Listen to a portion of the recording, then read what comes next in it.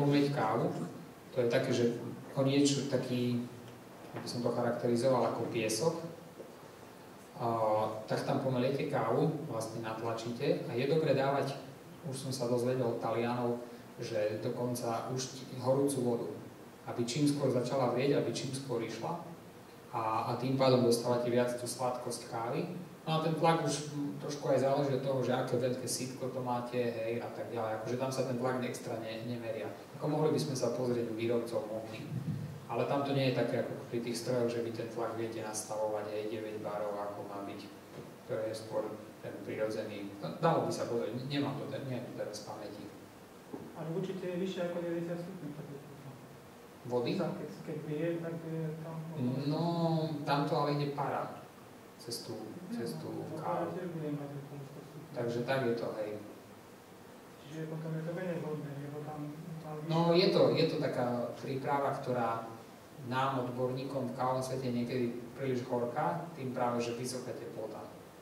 Keď máte nižšiu teplotu, keď zalievate napríklad kávu, rovnaká káva vám bude inak chutiť, keď ju zalejete 80 stupňov vodou a inak, keď ju zalejete 95 stupňov vodou.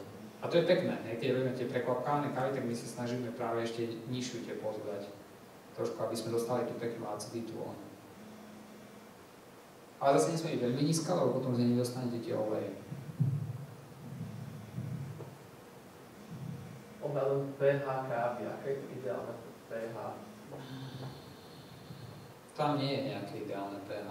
A celkovo ako tá teória pH, ja nie som úplne za ňu, lebo to je len taká veľmi maličká časť z toho, že akože nemali by sme jesť proste, že výrazne kyslé veci, ale tam to skôr rieši toxicita. A to pH v organizme veľmi záleží, že pH čoho, či moču, či krvi, či v podstate pH bunkového prostredia. A to je trošku komplexnejšie, ale bežne to nedokážete zmerať.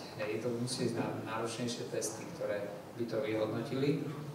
A tej káve tam nie je to pH. Tak určite je to niekde nad neutrálnou do jemnej kyslosti, tam je určite, ale to nie je ako nejaké že dramatické. Ale samozrejme tie toxínové komerčnejšie kávy sú posunuté oveľa vyššie do kyslej oblasti. Ako správne zvoliť jemnosť mletia kávy? Máme na to manuál, ako aj na stránke a učí sa to aj na kurzoch. A trošku potom potrebujete aj vnímať sama, aj, že čo vám ako chutí, že trošku sa s tým pohrať. A akú máte prípravu napríklad? Ukážeme. Na akú prípravu sa pýtate? Na preso. No, na preso. Na preso sa to robí tak, že vy zoberiete mlynček, potrebujete dostať do tej paky 7 až 9 gramov kávy, to si tam nameliete a potom dáte to do toho espressa, a stisnete a teraz 20 sekúnd by vám to malo pretekať, aby ste dostali tých 30 ml espressa. A vtedy to máte dobre namleté. Keď vám to pôjde rýchlejšie, tak to máte hrubo namleté. Keď vám to pôjde pomaly, tak to máte veľmi jemno namleté a dokonca často vám to stroj nemusí ani pretlačiť. Takže aj takto sa to robí. A takto sa to má robiť. Má sa to robiť v kaviarniach, aby každé ráno by toto mali robiť ten barista, vyčistiť stroj a teda on ho má vyčistiť ešte večer, ale prvé čo ráno má robiť nejaké 4-5 krát espresso, aby malo vždy odstopované, že 20 až 25 sekúnd, že či to je v poriadku, či tam je ten extrakt, ktorý chce. Lebo to mletie on potrebuje prispôsobiť. Preto je táto príprava náročná, pretože to mletie vám môže kolísať. Mletie záleží od tvrdosti kávy, nie? Aj. Tvrdosti kávy a potom som sa chcel opýtať, v akom rozmedzi sa tuky rozpúšťajú v tej káve. Či to záleží od druhu alebo ako? Lebo máme viacej druhov kávy. Teraz v akom rozmedzi, ktorá káva má ten... K prvej otázke, pravda, že máme tvrdšie kávy, sú to, že super hard bean a to sú tie vysoko položené arabiky, napríklad Mexiko také máme a tak ďalej.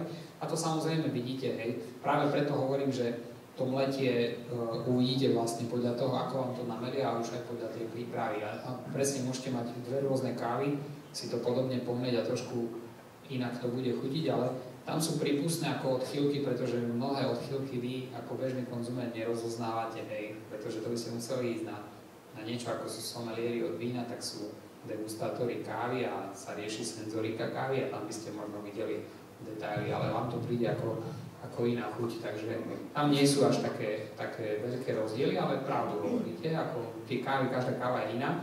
A napríklad v tej kaviarni, keď my máme mlynčeky, tak jeden mlynček je na espresso a druhý mlynček je na odrodovú kávu, hej, napríklad tu, čo mám, a keď sa vymení káva, tak je úplne iné mletie, hej. Takže to, a potom tá druhá otázka s tými tuchmi, to som nepochopil. Že teplota, tuchy sa rozpúšťajú pri akej teplote. Každá káva má optimálnu teplotu pre rozpúšťanie tých tukov, lebo rovnaké množstvo tuku nemá každá káva. Teraz neviem, že ako či myslíte... No arabika má vládku inakšiu. Hej, ale máte takto to povedzme, že áno, ako trošku ináč sa tam môžu správať, ale to skôr záleží potom od tej teploty vody a to, že v podstate aké tam máte mletie a vy tam máte ako nejaké rozmedzie, že na espresso zistilo sa tými skúsenosťami, že to espresso môžete nastaviť optimálne od 88 do 93 stupňov, hej? A to už záleží od toho, že akú tam majú kávu, ako sa ten kaviarník, ako sa ten technik proste rozhodnú to nastaviť. A oni to degustujú, hej? A to trošku je aj také subjektívne. Takže asi tak to je, že áno, ale opäť by som povedal, to sú maličké odchýlky, ktoré hrajú ako úlohu.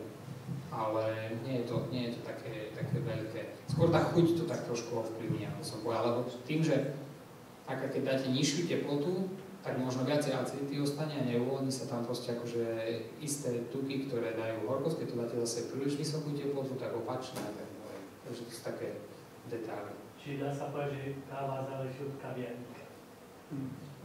Že záleží od kávy? Kvalita kávy, čo pijete, záleží od kaviarníka, ako oni pripravujú. No to v príprave, ako som uviedol, tak áno, určite. Preto školíme týchto ľudí a pre tú prípravu espresso mohol by som ja dať kávu, to mám problém ináč, že nemôžem dať hocikomu pracovať s mojou kávou, pretože vy prídete na moju kávu a poviete, že to je mizerné, hej? A to sa môže stať. Takže súhlasím s vami presne. Ďakujem. Ja by som sa chcela opýtať, čo poviete na tú našu tureckú kávu. Aký je váš názor?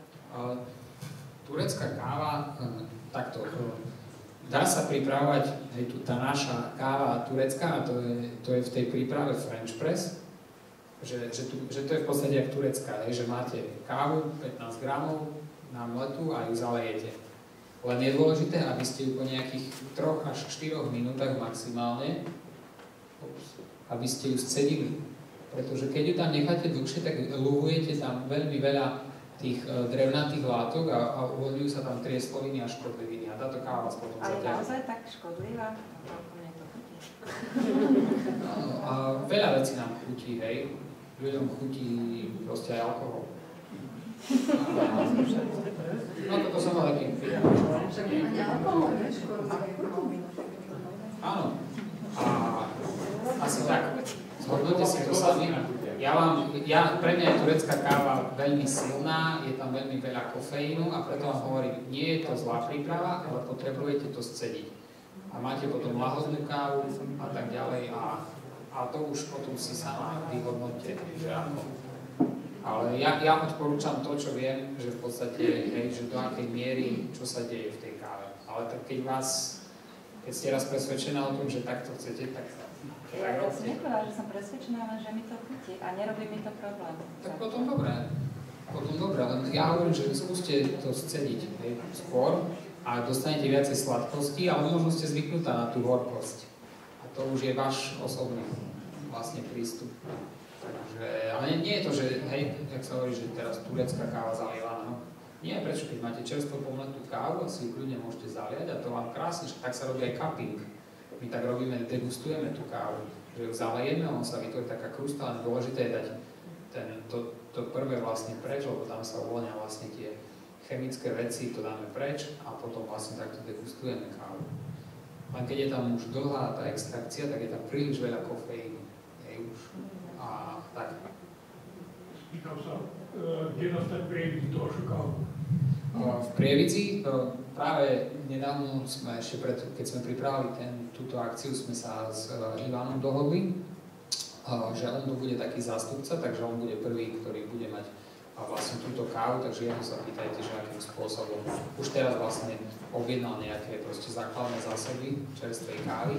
Takže ja to robím aj tak, že to robím s ľuďmi, ktorí sa trošku rozumejú veci a majú vlastne taký prehľad, tak sme sa tak dohodli, že on bude tu takým prvým ambasádorom, tak hovorím akurát Ivan, že u teba bude vlastne Využil si, že som prístup ku káve. Dobre. Opýtam sa, skúšal ste aj iné oleje? A prečo kokosový? Dobre. Aké je? No tekvicový. Tuky, alebo... Hej. Dobre, ako to vysvetliť? Inteligentné tuky. Áno, máme takú pyramídu, že najlepších tukov od najlepších po najhoršie. A teraz taký semafor. A to je vo všetkom tak. A teraz najlepší tuk, hej, idete, že kokosový olej, olivový olej, bravčová masť, maslo, potom sú tam... A potom máte aj tekvicový olej. A napríklad pri tekvicovom oleji už je problém oxidácie. Ako náhle ho zahrejete, tak je problém. A ďalšia vec, to je akože prvý taký prístup, že samozrejme nebudem tam dávať rastlinný olej, pretože viem, že je zlý. A druhý prístup je taký chuťový, hej, že najlepšie by bolo dať tú kávu s rybým tukom, ale to nechutí, hej. A ja si niekedy dávam akože tú kapsulu, ako doplnok výživy rybý tuk a pijem tú kávu, hej, takže to je úplne super. Len zmiešať veci, takisto sme riešili, aj písali sme teraz návody na novú stránku, tak niektorých zákazníkov som musel nabádať, že nedávajte tam slaninu, hej, že to nie je dobré. že ja vám potom negarantujem vlastne, že sa z toho akože takže asi tak. Ale niektoré tuky nemôžeme tak zahrievať. A práve ten kokosový je dobrý aj to maslo, lebo majú veľkú hodnotu, sú antibakteriálne, antivirálne, veľmi dobre pôsobia a ľahko trávia, pretože sú to tuky s najkratšou vlastne väzbou, ktoré veľmi rýchlo strávia a nezaťažujú pankreas, takže preto. Už olivový olej je trošku náročnejší. Je dobrý, ale je náročnejší. A ešte tá chuť a nepasuje to úplne tak. Ale možno by sa dalo ešte s niečím vyexperimentovať. A cedrový olej? To by mohol, aj mandľový by mohol byť zaujímavý. A makový, rôzny.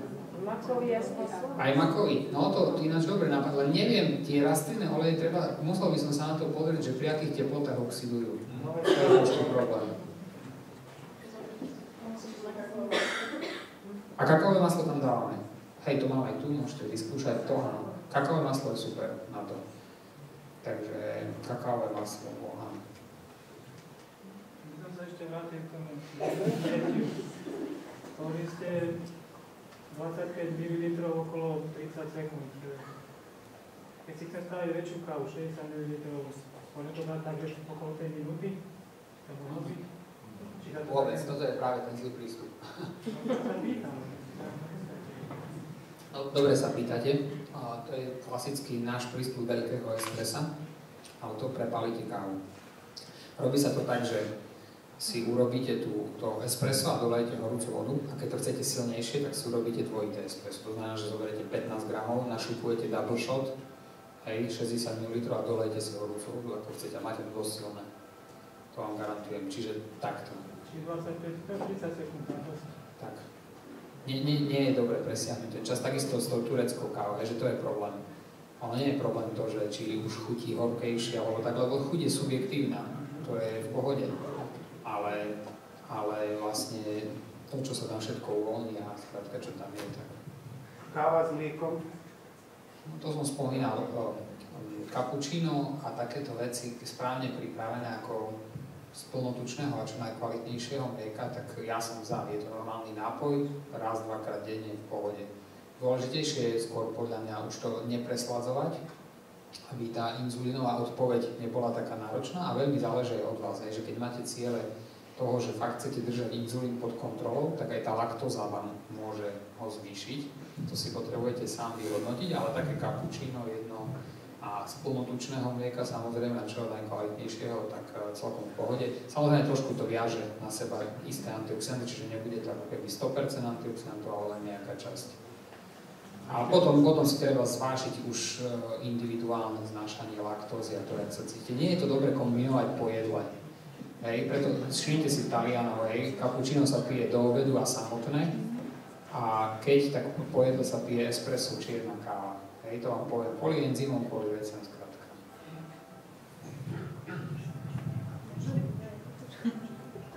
Ja nie som kávička, ale keby som mala začať s kávou, tak to ste mi odporúčali. Mne to pekne vonia, ale mne to nechce. S maslom a kokosovým olejom, lebo to má iné chute a je to také krémové a raz do dňa. Olovnát alebo raňajky. A menšie množstvo si urobiť, netreba vám veľa. To by som, keď už. A nemusí, tak keď vám to raz nechutí, tak to je v pohode. Ja sa nevrazím. Dajte si čaj, vyskúšajte čaj zelený s kokosovým olejom.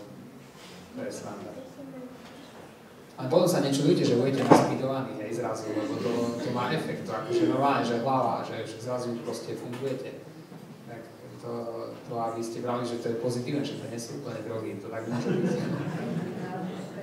Ja mám jedného klienta, Pyreneho, ktorý mi volal, že ahoj, drogový dealer, čo sa stalo? On hovorí, vymyslí takú službu, že do 2 hodín chcem mať kávu, zaplatím dvojnásobok. Hovorím, čo ja? No došla mi káva doma. Kde si? Dodnes mi kávu. Tak nazval ma drogový dealer, lebo mu to tak chutí. Ja sa opýtam, pridávanie kardamónu do kávu. A to je dobré. To je v podstate, vychádzame z Blízkeho východu. Je to veľmi tradičné vlastne aj pri príprave jazzvy. Jazzva je úžasná a trošku je ten problém tej jazzvy, ako teraz gastronomia je jedna vec, akože ja len musím povedať, zo zdravotného hľadiska je trošku silná káva, hej, lebo je to 3-krát prevárené, je to tam veľmi dlho sa to extrahuje.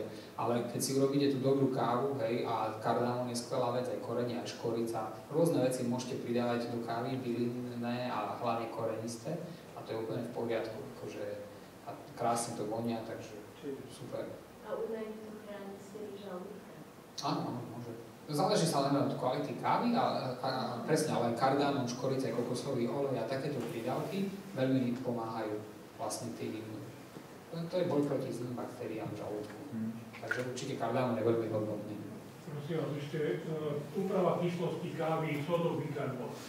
Odporúčajú to niektorí? A v akom zmysle? Že si urobíte kávu a šutnete tam sodu bikarbónu?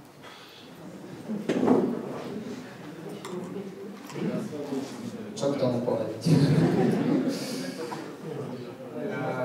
No, je to pravda.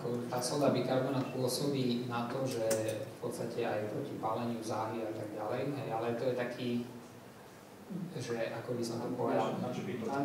Áno, to je taká nálepka na niečo, že krátkodobo vám to nejak pomôže, ale vy dáte zlú vec do tela, hej, a potom to nejako liečite nejakou vecou, ktorá vám ako tak pomôže prekonať tie následky.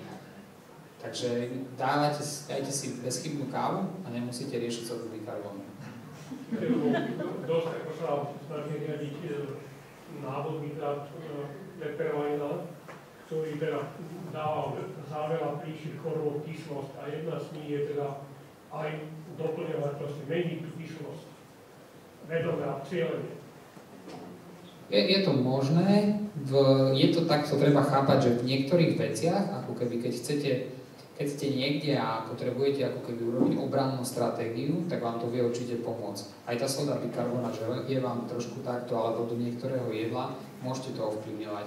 Len v tomto vám poznám Lepperweina a trošku má tam dobré veci, ale častočne trošku nafúkuje tú svoju biznis teóriu na to, aby vytvoril strach z prekyslenia, hej. Takže to treba tiež tak brať akože rozumne. Takže z tohto pohľadu vyberte si bezchybnú kávu a bude to v poriadku.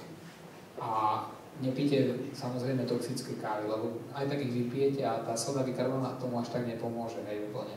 Ale sú to isté stratégie, ktoré tá soda bikarbonát do istých vecí môže pomáhať. Niekedy potrebujeme, máme oslavu alebo nejaké také veci, tak potrebujete zabezpečiť obrannú stratégiu. Vysvetlím, že keď mám taký deň, že niekde sa je veľa a tak ďalej, tak ja viem, že si dám pred jedlom, hej, citrusy, trošku mi to vylúči, vlastne podporí žalúdočné kyseliny, lepšie mi trávy. Takisto proste isté látky fungujú tak, že napríklad to ukladanie tukov je tam zamedzené. Hej? Takže sú také stratégie určite pomôcky. Napríklad aj v tom trávení, aj tá soda bikarbonát môže veľmi dobre pomáhať a môže byť úplne v pohode. Napríklad veľmi dôležité, preto keď cítime zlé trávenie, hlavne tam ide o kyselinu chlorovodíkovú, ktorej máme nedostatok, a vy keď nemáte dostatok tej kyseliny, vy môžete aj najzdravšie veci jesť a nič z toho nebude. Ten organizmus to nevstrebáva. Čiže často treba riešiť ako prvú vec trávenie. A to je dôležité, aby napríklad vy ste šetrili počas dňa trošku enzymatickú výbavu, aby ste si večer mohli dať plnohodnotnú večeru, kvalitné jedlo, aby vám pekne stravilo, aby ste mali dostatok tých enzymov. Keď jete od rána do večera proste jedla, tak tie enzymy sa vyčerpávajú. Aj preto to riešime tak, že cez deň vo výkone a strese jeme radšej menej a potom večer, keď organizmus kľudia prepína do parasympatického nervového systému, tak si môžete dovoliť viac, lepšia produkcia šťav, enzymov a pekne vám to natrávi. Takže ono je to, ako hovorím, komplexnejšia vec, ale trávenie je veľmi dôležité v tomto. Preto ja si ráno dávam tú kávu s tukom, pretože nepotrebujem môj organizmus vytvárať energiu na to, aby to nejak trávil. Aj to je veľmi rýchlo stráviteľné, v podstate priama energia, pečeň to hneď premieňa, hneď to využíva a vôbec nepotrebujem proste zaťažiť ten organizmus od rána a spúšťa sa veľmi rýchla detoxikácia. Takže to sú len také príklady. Prosím. Ja som si chcel, že či ovplyvní kvalitu kávy aj to, že je pohľadná tá káva na elektrickom výčeku alebo ručným výčekom? Trošku. Lebo elektricky to ide a je pomáha. Hej, ale toto viete, to už sú také detailiky. Trošku, hej, ale akože používajú sa ideálne keramické kamene. Trošku tam vzniká elektrostatický náboj, ale vy keď trošku počkáte, tak on zmizne a tak ďalej. Ako to nie je také dramatické. Treba počkať, to som minule rozoberal s Robertom Trevisanom, je taký odborník, ktorý má školu, Taliana. A on toto tam práve riešil, že trošku treba počkať. Tak nie dlho, lebo to zoxiduje, ale proste aspoň 30 sekúnd a tak to zobrať a aby vlastne ten náboj tam vyšiel. Ale to oni robia s väčšími mlynčekami a tak. Ale to myslím, že akože vy tak nemusíte riešiť a sa toho nejak obávať. Čo vám lepšie sedí. Ja mám radšej tie ručné mlynčeky, také keramické, si to pomeliete trošku aj nabudíte svaly, hej, že to je taký rituál. Skúste si to robiť tak, máš super ranné cvičenie. Chytíte si mlynček, mliete pravou rukou a skúste si to chytiť do ľavej ruky a mliete ľavou rukou. Hej, úplne zapínate druhú hemisféru mozgu, kedy trénujete vlastne pohyb, ktorý bežne ako nerobíte. Pretože my aj školíme, aj cvičenia a tak ďalej a veľmi je problematické, že my sa naučíme na jednu stranu robiť veci, hej, a potom je to problém. V pohybe o všetkom vlastne sa trošku obmedzujete, čiže snažíme sa vlastne vždy, keď môžeme niečo, aj tanec, vlastne do jednej aj z druhej strany a tak. Takže ja tak meliem, hej, z jednou rukou, potom s druhou. Môžem sa opýtať ešte, ja viem, že biely cukor je škodlivý, ale ja si potrebujem predsa len tú kávu trošku prisladiť a keď ju sladím melasou alebo medom, snad to nie je až také prehrašie. Nie. Keď to je do 5 gramov cukru, aj bieleho, tak je to v pohode, pokiaľ ten cukor inde nemáte. Ako samozrejme, ten biely cukor je problém, ale keď je to malé množstvo, že vám to len fakt, že osladí trošku, je to tá jedna čajová, pod jednu čajovú lyžičku, tak celkom v pohode. Inde v iných potravinách a celkovo v škroboch a tak je oveľa viacej toho cukru. Takže to je problém. Takže jedno malé také, že vám to trošku prisladí, tak s mierou, tak ešte v pohode.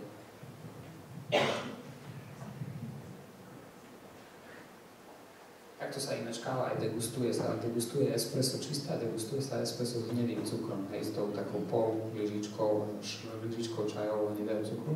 To tak tu otvorí iné chute. Takže sa degustuje aj tak, aj tak. Dobre, dosť bolo mojich rečí, ideme na kultúru. ideme si pustiť film, ja to len nastavím a poprosím možno zhasiť trošku svoje